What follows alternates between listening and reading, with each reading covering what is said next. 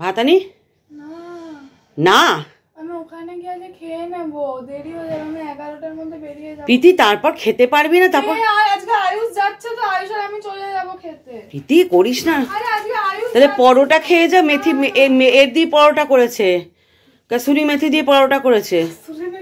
হ্যাঁ, বললো ভালো লাগে নাকি খেতে। ভাতটা খেয়ে যা না, ওটা এসে খাবি। চিন্তা করো বন্ধুরা।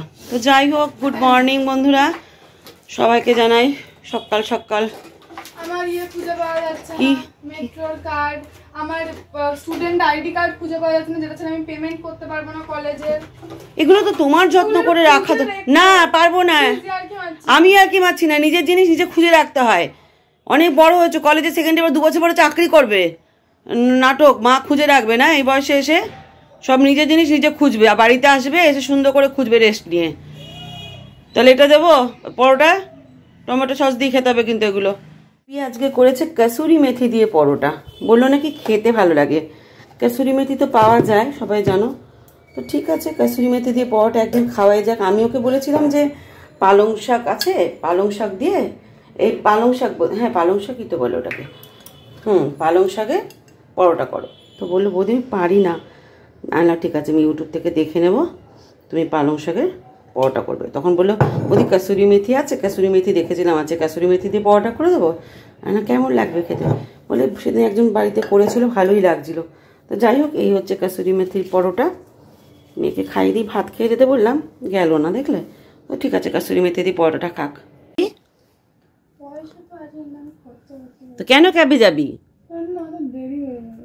দেরি হয়ে যাবে, আগে মনে থাকে না, উঠতে পারো না সকাল সকাল, তাড়াতাড়ি তো শুয়েছ, তো তাড়াতাড়ি উঠতে হয়।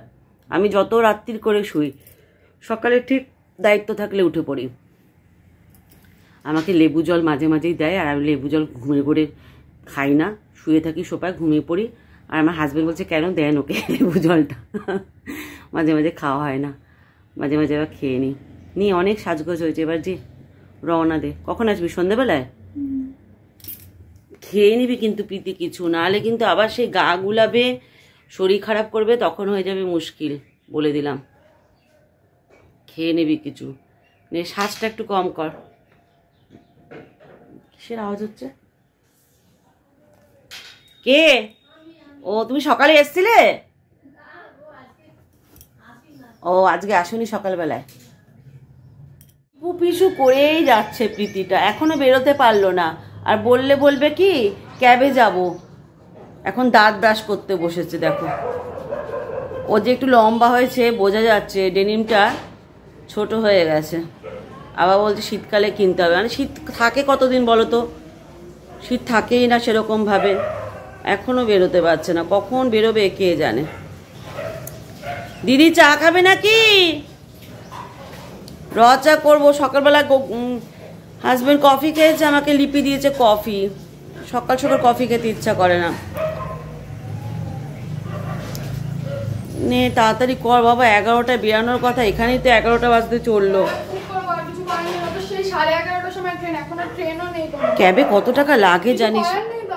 এভাবে দেখো দেখো দেখো, চাদর দিয়ে মুখ মুছছে, দেখো তামাশা।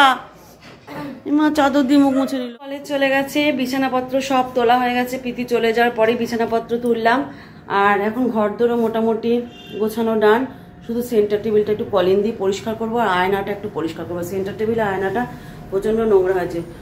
2 ঘরে বিছানা তোলা হয়ে গেছে, শুধু ছোটো ঘরে বিছানাটা তোলা বাকি আছে। প্রাপ্তি এইমাত্র উঠলো, প্রাপ্তিকে এখন আমি ভাত খাই দেবো, কেননা আমি চলে যাবো কলেজে, বলছি আমি চলে যাবো স্কুলে। প্রাপ্তির বই খাতা আজকে দেবে 7-এর, ঠিক আছে। আর দিদি এখানে ঘর মুছছে, আজকে বৃহস্পতিবার, তো দিদি ঘর মুছছে। তো চলো আমি একটু কলিংটা কোথায়, আমি কলিং বোধহয় এখন ভাত খেয়ে নে মা। তো তোর এ রয়েছে ভাত, মুসুরির ডাল, তারপর পালং শাক ভাজা। তার এখন সকালে খেলে আমি তো 3টের সময় বেরিয়ে যাবো মা, তোকে ভাত খাবে কে? কথা শোনে। তো যাই হোক, কলিন এইটুকুনি আছে, এই দিয়ে আয়নাটা পরিষ্কার হয়ে যাবে আপাতত, আর আমার সেন্টার টেবিলটা পরিষ্কার হয়ে যাবে। আজকে একটা কলিন নিয়ে আসাতে হবে। তো চলো প্রাপ্তিকে খেতে দিদি বলছে ভাত খাবে না, যাক পরোটা খাবে। প্রীতি কলেজ চলে গেছে, প্রাপ্তিকেও খেতে দিয়ে দিয়েছি, বাড়ি প্রায় ফাঁকা, প্রাপ্তি আর আমিই রয়েছি। দিদিও চলে গেছে কাজ করে, আবার দুপুরবেলায় আসবে। তো আমি একটু কলিং দিয়ে সমস্ত আয়না, সেন্টার টেবিল এগুলো একটু পরিষ্কার করে নেব। আর আয়নার এই ভিতরটা অনেক দিন পরিষ্কার করা হয় না, তো এটাও একটু ভালো মতো পরিষ্কার করতে হবে, কেননা ভীষণ নোংরা হয়েছে তাকগুলো। অনেক দিনই হয় না পরিষ্কার করা, হয়তো বেশি দিন গুছিয়ে রাখতে পারবো না, 7-8 দিন হয়তো এই আয়নাটা গোছানো থাকবে, যেখানকার জিনিস সেখানে থাকবে, তারপর আবার অগোছালো হয়ে যাবে। সবাই যদি ঘরে গুছানো হতো তাহলে খুবই ভালো হতো, কিন্তু সত্যি কথা বলতে সবাই গুছানো হয় না।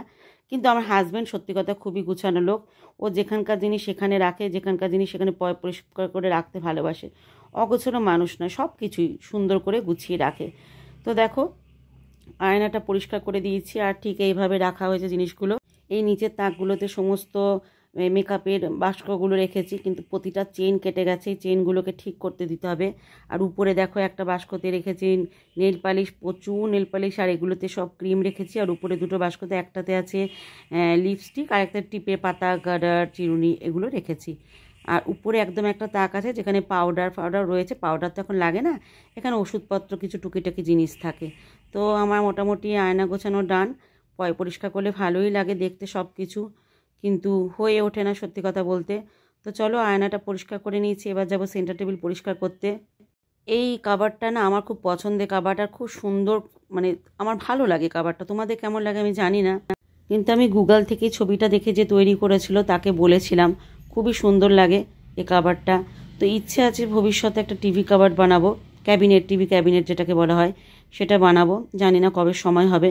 আমি আপাতত আমার ভাঙা চেয়ারগুলোকে ঠিক করতে পারলে আমি খুব আনন্দিত হই, কেননা সে ভাঙা চেয়ার আজ পর্যন্ত ঠিক হয়নি আমার।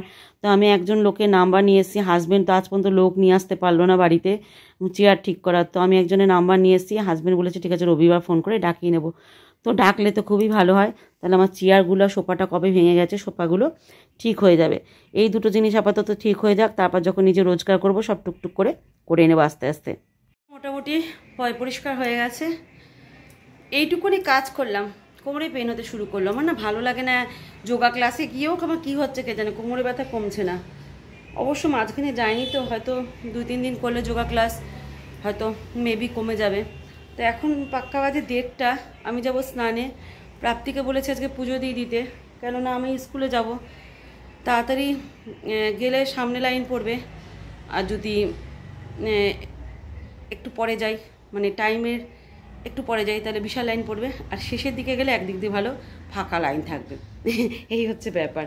তো যাই হোক, স্নানটা একটা শীতকালে ভীষণ বড় ফ্যাক্টর, স্নান জিনিসটা। কিন্তু আমি রেগুলার স্নান করি, যদি খুব শরীর খারাপ হয়ে যায়, জ্বর জ্বালা আসে, তাতেও আমি স্নান করি। স্নান আমার করতে হবে, নাহলে না শীতকালে দেখবে যত স্নান না করবে না তত কিন্তু শরীর যাবে তোমাদের কষে। আর শীতকালে কিন্তু বেশি জল খেতে হয়, যেটা আমরা খাই না, যেটা আমরা খুব কম খাই। শীতকালে জলের পরিমাণটা বেশি দরকার শরীরে, আমাদের শরীর ভীষণ কষে যায়। তো যাই হোক, অনেক জ্ঞানের ভাণ্ডার আমার কাছে রয়েছে, তোমরা যদি জ্ঞান নিতে হয় আমার কাছ থেকে নিও একটু। তো চলো এখন চট করে স্নানটা করে আসি। তো সবই গোছানো আছে, আর এখন প্রাপ্তি গোপালকে স্নান করাচ্ছে, আমি রেডি হয়ে গেছি, আমি বেরিয়ে যাব এক্ষুনি।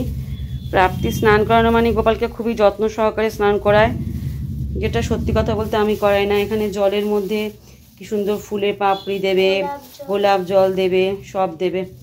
তো আর দেখো গোপালের কত জামা কাপড় দেখেছো, এই বাস্কটাতে শুধু গোপালের জামা কাপড়ই রয়েছে, আর একটা বাস্কতে রয়েছে সোয়েটার।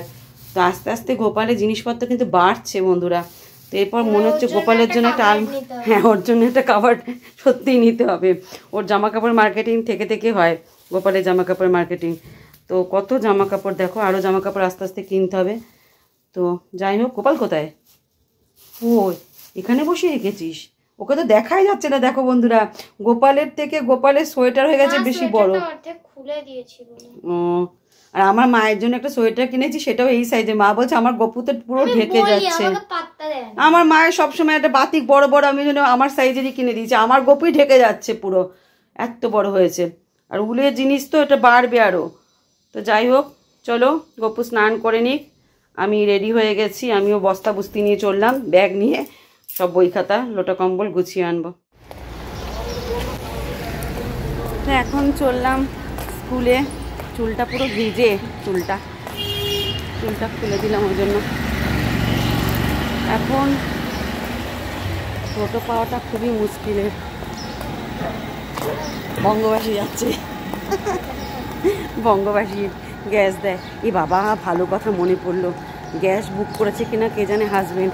গ্যাস কবে শেষ হয়ে গেছে, তো হাজবেন্ডকে ফোন করতে হবে যে গ্যাসটা বুক করে দাও। রাস্তা প্রায় ফাঁকাই, তো চলো টোটো ধরি। কত দূরে লাইনে পড়বে, খাতা বই নিতে গিয়ে লাইন দিতে হবে। চলো পরে আবার কথা। 5 মিনিটের উপর দাঁড়িয়ে আছি, একটা টোটো এলো, এসে বললে একজন, ব্যাস নিয়ে গেল না, বললো দাঁড়ান পেয়ে যাবেন টোটো। কখন পাবো কে জানে, দাঁড়িয়ে থাকো আর কি। 4 চাক্কা আসছে, আমাকে নিয়ে যাবে না, নিজের গাড়ি হলো হতো।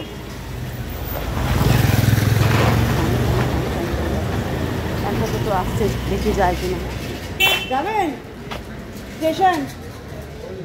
হ্যাঁ ক্যান্টনমেন্ট। ও আমি স্টেশন বলেছি, ভাবলেন দুর্গানগর। পেয়েছি একটা টোটো, চলেন চলো, পেয়ে গেছি, পরে আবার কথা হবে। ওরে বাবা রে, যা রাস্তা বাজে না, ভীষণ রাস্তা বাজে। তো প্রাপ্তিদের স্কুলে চলে এসেছি, আর দেখো ওদের স্কুলের ভিতরটা কি সুন্দর, পরিষ্কার পরিচ্ছন্ন, গাছগাছালিতে ভর্তি, প্রচণ্ড খোলামেলা। আমি যখন আমার ছোটোবেলায় যে স্কুলে পড়তাম মাধ্যমিক পর্যন্ত, উষাগ্রাম গার্লস হাই স্কুল, সেই স্কুলটাও ঠিক এরকম পরিষ্কার পরিচ্ছন্ন, গাছগাছালিতে ভর্তি মাঠ ছিল। এটা তো শুধু সামনের অংশটা, কিন্তু পিছন দিকেও প্রচুর মাঠ আছে, যেটা আমি হয়তো ক্যামেরাবন্দি করতে পারবো না। আর এখানে দেখো গেটটা, ওই দেখো বাইরের গেটটা, ভিতরে এতখানি জায়গা, প্যাসেজ সামনের দিকটা, পিছন দিকেও ভিতরে প্রচুর জায়গা আছে। যিশুর কি সুন্দর সুন্দর জিনিস তৈরি করেছে, মূর্তি তৈরি করেছে, কি সুন্দর ঘর তৈরি করেছে, তোমরা দেখতেই পারলে। আর ভীষণ খোলামেলা। আর আমাদের প্রীতিপ্রাপ্তি দুজনেই এই স্কুলে পড়তে এত ভালোবাসতো। তো দেখো এই ঘরটা কি সুন্দর, যিশুর ঘরটা তৈরি করে রেখেছে, কি ভালো লাগছে না দেখতে। সত্যি ওদের স্কুলটা ভীষণ পরিষ্কার, ভীষণ গুছানো, প্রচণ্ড ভালো লাগে। আর ওদের তো একটা টান পড়ে যায়, মানে প্রীতির তো আগাগোড়া ছিলই, প্রাপ্তিরও একটা ভীষণ টান। তো আমার সাথে কেন বন্ধুরা এরকম হয় জানি না, ভেবেছিলাম এক, হলো এক। সেই কখন এসেছি, 2 ঘন্টা হয়ে গেল, এখনও লাইনের শেষেই দাঁড়িয়ে আছি।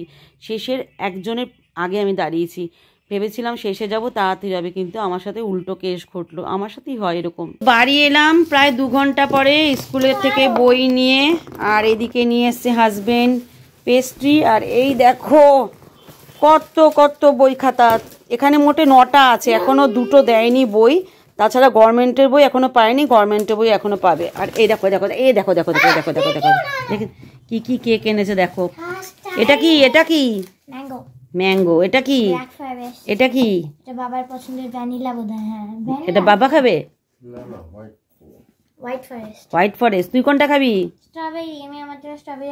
সবাই ভাগ, না না সবাই ভাগ বটর করে খা, কোনটার কি স্বাদ দেখি না। এটা টিফিন খাওয়া খাই হচ্ছে, হচ্ছে না খাওয়া খাই। দেখেছো কিরকম করে। চামচ খাও, ব্যাস বেরো। এই যে তুমি, আমি কোনটা খাবো? আমি ব্ল্যাক ফরেস্ট খাবো। তোমার জন্য হোয়াইট ফরেস্ট এনেছো তো? আচ্ছা, ও বাবার ম্যাঙ্গো। বাবারটা খেয়ে দেখি, দেখি বাবারটা খেয়ে দেখি। চামচ কই? চামচ একটাই না রে বাবা, কই আছে? চামচ দিয়েছে। তোমার চামচটা তুমি নাও, দে। এটা আমারটা নাও। বাহ বাবা, তুমি আগে খেয়েছো। এটা কেমন খেতে দেখি, বরের থেকে। বরেরটা খেয়ে দেখি কেমন খেতে। ই মা, কেন বলছো?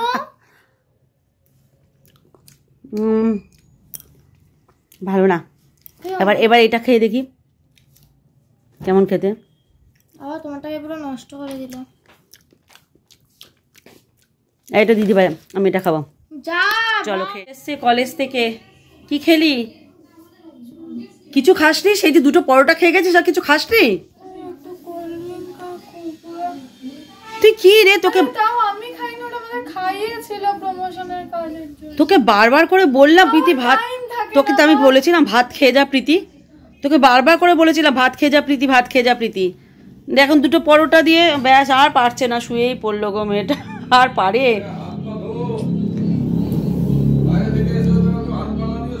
হ্যাঁ সেটাও সত্যি কথা, অন্তত পাটা ধুয়ে আসে। পাটা নিচেই রেখেছে, খাটের নিচেই পাটা রেখেছে। হাত পাটা ধুয়ে আয়, যা হাত পাটা ধুয়ে রেস্ট নে যা। আমার কালকে যেতে হবে। কেন কালকেও যেতে হবে? হ্যাঁ, আমাদের কথা যেতে হবে কয়েকজনকে।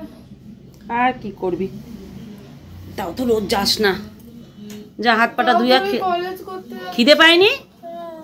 তা খেতে দিচ্ছি। এখন বাজে বন্ধুরা 12:20 মতো, খাওয়া দাওয়া সব কমপ্লিট হয়ে গেছে। প্রীতি কলেজে গেলে না, প্রীতিকে যা দেখতে লাগে না, যখন আসে সেই ছোড়ো পাখির মতো আসে, মানে উস্কো খুস্কো। তারপর সকালবেলা কতবার করে দেখলে তোমরা, ভাত খেতে বললাম, ভাত খেয়ে গেল না, ওই দুটো পরোটা খেয়ে গেল, ওলা করে গেছে, দেরি হয়ে গেছিলো বলে।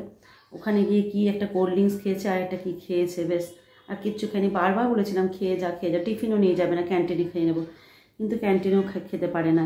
কী সব হচ্ছে এখন ওদের কলেজে, সেই সমস্ত কাজকর্ম করতে হচ্ছে। ব্যাস কালকেও যেতে হবে নাকি কলেজে শুনলাম। কিন্তু যখন আসে একদম ঝোড়ো কাকের মতো লাগে, আর পারে না, শরীরে দেয় না। অনেকটাই তো দূর না, এখান থেকে 1 ঘন্টা 1.5 ঘন্টা রাস্তা, যাতায়াতে লেগে যায়, মানে 1-1.5 ঘন্টা মতো যেতে লাগে, আবার আসতে 1.5 ঘন্টা মতো লাগে। কতখানি সময় বলো লাগে, আর এমনি জার্নি করতে পারে না। তো যাই হোক, এখন এসে আর পারছে না, খেলো। 2টো পরোটা দিলাম, আবার আটা দিলাম, আর কেক দিলাম, পেস্ট্রি এনেছিল বাবা, পেস্ট্রি দিলাম, খেলো। খেয়ে দিয়ে ঘুমিয়ে পড়েছিল। রাত্রিবেলা ডেকে ডেকে ডেকে ডেকে অনেক কষ্ট করে একটুখানি ভাত খালাম, এখন ঘুমিয়ে পড়েছে। তো যাই হোক, অনেকটাই রাত্রি হয়ে গেছে। আজকে সকাল থেকে দিনটা এইভাবেই চলে গেল। আমার মাথাটা, কপালটা এখানটা ব্যথা করছে, কারণ হচ্ছে ঘুম হয়নি দুপুরবেলায়। তো যাই হোক, আজকের ব্লগটা এই পর্যন্তই। সবাই ভালো থেকো, সুস্থ থেকো। যদি ব্লগটা ভালো লেগে থাকে তাহলে একটা ছোট্ট লাইক করে সাবস্ক্রাইব করে দিন। চলো আজকের মতো টাটা।